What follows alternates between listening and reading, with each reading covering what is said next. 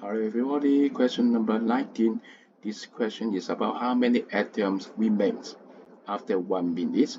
So first of all, we have to find out how many half-life does it undergone. So 1 minute is 60 seconds, half-life is 15 seconds. So number of half-life is 60 over 15 and it is 4.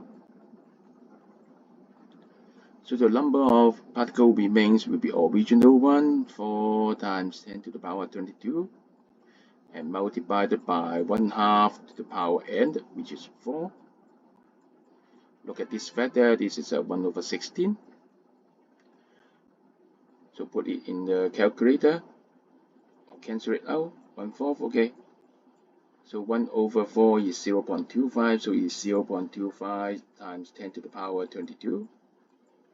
Of course, change it a little bit, so it should be 2.5 to the 10 to the power 21. So the answer is A.